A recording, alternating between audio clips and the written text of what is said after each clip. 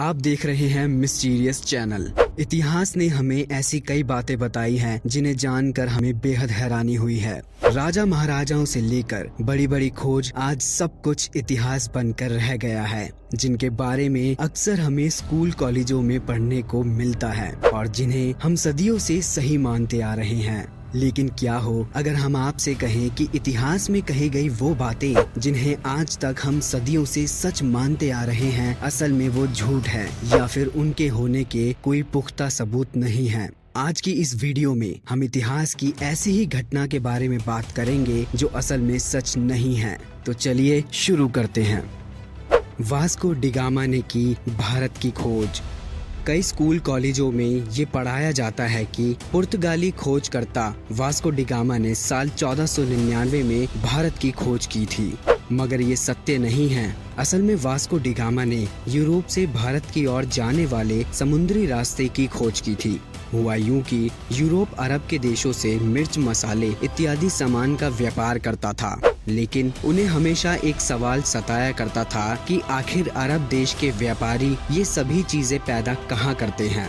अपना व्यापार बचाए रखने के लिए अरबी व्यापारी उन्हें ये बात नहीं बताते थे, लेकिन यूरोप ने भारत के बारे में काफी सुना था पर कभी किसी ने देखा नहीं था और इसीलिए यूरोप ने यूरोप से भारत जाने वाले मार्ग की खोज शुरू कर दी।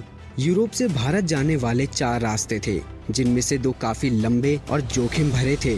तीसरा रास्ता अरब और ईरान को पार करके भारत पहुंचा जा सकता था, लेकिन वो रास्ता सिर्फ अरब के लोग इस्तेमाल करते थे, बाकी अन्य को वहां से जाने नहीं दिया जाता था।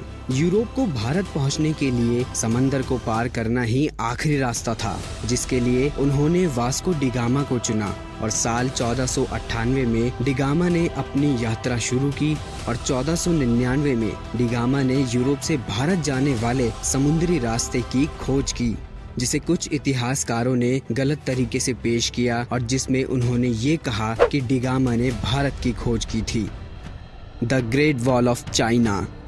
दुनिया के 7 अजूबों में से एक the great wall of China का नाम तो आप सभी ने सुना ही होगा और आज तक ये भी सुनते आ रहे होंगे कि the great wall of China दुनिया का एकमात्र ऐसा मानव निर्मित चीज है जो अंतरिक्ष से दिखाई देती है। लेकिन नासा के वैज्ञानिक इस बात से सहमत नहीं हैं। उनका कहना है कि मानव निर्मित कोई भी चीज अंतरिक्ष से दिखाई नहीं देती। नासा का मानना है कि अगर मौसम बिल्कुल साफ हो तो अंतरिक्ष से कुछ अंदाजा लगाया जा सकता है, लेकिन फिर और भी बड़ी चीजें जैसे पिरामिड्स, एयरपोर्ट और भी कई बड़ी चीजें दिखाई देंगी। इतना ही नहीं, कुछ लोगों का तो ये भी मानना है कि चीन की इस दीवार को चांद से नंगी आंखों से देखा जा सकता है, लेकिन ये भी महज एक गलतफहमी है। असल में ये बात अमेरिकी चित्रकार रॉबर्ट रिपली ने साल 1932 में अपने कार्टून फीचर बिलीव इट और नॉट में कहा था। तभी से लोग इसे सच मानने लगे थे। लेकिन इसके कुछ सालों के बाद अंतरिक्ष में जाने वाले पहले इंसान यूरी गागरिन ने इस बात को गलत साबित किया और कहा कि ये बात बिना किसी सबूत के कही गई है, जिसे हम और आप सच मानते आ रहे हैं। जॉर्ज वॉशिंगटन की कहानी। जॉर्ज वॉशिंगटन अमेरिका के पहले राष्ट्रपति थे, जिनके नाम का सिक्का आज भी अमेरिका में चलता है।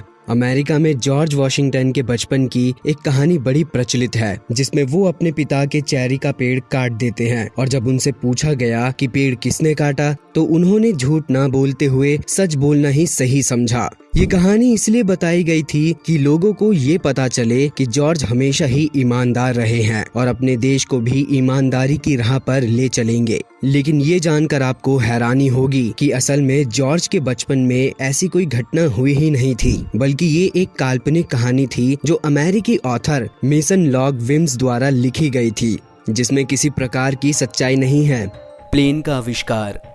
हम सभी को हमेशा से यही बताया गया है कि प्लेन का आविष्कार साल 1903 में अमेरिकी खोजकर्ता राइट ब्रदर्स ने साल 1903 में किया था। मगर आप सभी ये बात जानकर हैरान हो जाएंगे कि सबसे पहले हवाई जहाज की खोज करने वाले अमेरिकी नहीं बल्कि एक भारतीय थे, जिनका नाम शिवकर बापूजी तलपड़े था। शिवकर बापूजी तलपड़े ने साल 1895 में हवाई जहाज की खोज की थी, लेकिन उस समय अंग्रेज़ों का भारत पर राज होने की वजह से ये खोज शिवकर बापूजी तलपड़े के नाम नहीं हो सकी। यहाँ तक कि इस बारे में बॉलीवुड में हवाईज़ादा नाम की एक फिल्म भी बन चुकी है, जिसमें शिवकर बापूजी तलपड़े और उनकी खोज के बारे में बताया गया है। मगर आपको जानकर और भी हैरानी होगी कि उन्होंने हवाई जहाज़ की खोज भारतीय बुक विमान शास्त्र को पढ़ने के बाद की थी। राष्ट्रीय खेल हॉकी।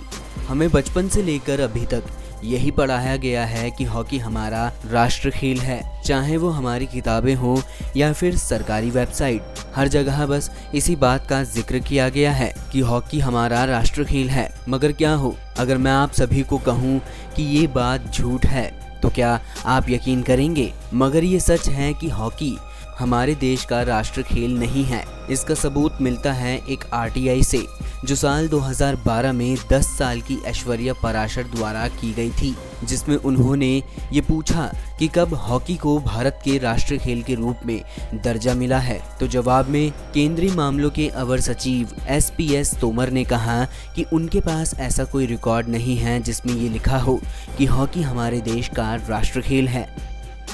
तो दोस्तों, ये था इतिहास का वो चौंका देने वाला झूठ जिसे आप और हम आज तक सच मानते आए हैं और जाने अनजाने में इन्हीं बातों को आने वाली जनरेशन को सिखाते आए हैं। उम्मीद करते हैं कि आपको ये वीडियो पसंद आई होगी। ये इस सीरीज का पहला पार्ट है। आने वाली वीडियो में हम इसका दूसरा पार्ट भी लेके आएंगे। तो ऐसे ही मजेदार वीडियो देखने के लिए सब्सक्राइब कीजिए मिस्टीरियस चैनल को। मिलते हैं एक और मजेदार वीडियो के साथ, तब तक के लिए आप सभी का शुक्रिया।